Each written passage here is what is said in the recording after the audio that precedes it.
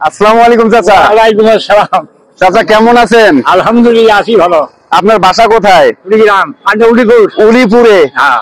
এই দিক কোথায় গেছিলেন? এই যে হরিপুর। হরিপুর গেছিলেন? হ্যাঁ। মানে হরিপুর দেখার জন্য গেছিলেন? হ্যাঁ, হ্যাঁ। হেঁটে, পায়ে হেঁটে? পায়ে হাঁটি।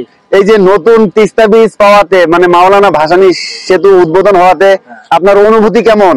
ভালো, খুবই ভালো। খুবই ভালো, খুবই ভালো লাগতেছে না? খুবই ভালো লাগছে। আচ্ছা, এই ব্রিজটা যদি উদ্বোধন না হইতো তাহলে মনের অনুভূতি কেমন হইতো আপনার? একটু খারাপ হইতো, মনে করো গাড়ি চলাচল না আসলে, যানবাহন না আসলে আমাদের ব্রিজ ভাই লাভ আছে। ও আচ্ছা, উদ্বোধন না হলে মনটা খারাপ হতো, খারাপ হইতো।